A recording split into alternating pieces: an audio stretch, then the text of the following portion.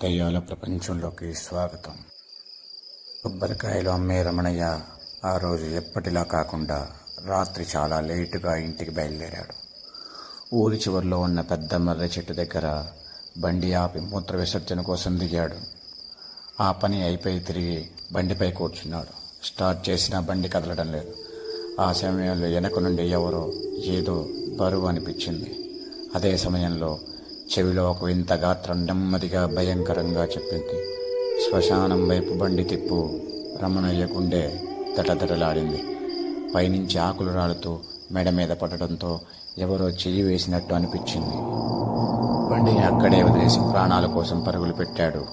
కానీ కింద ఉన్న మర్రి చెట్టు ఊడలు అతని కాళ్లకు చుట్టుకొని అతన్ని నేలపై పడేశాయి. రమణయ్య అర్ధరాత్రి ఎందుకు, ఎవరు, నన్ను వదలండి వదలండి అని పెద్దగా అరుస్తూ చివరికి అక్కడే శ్వాస విడిచాడు.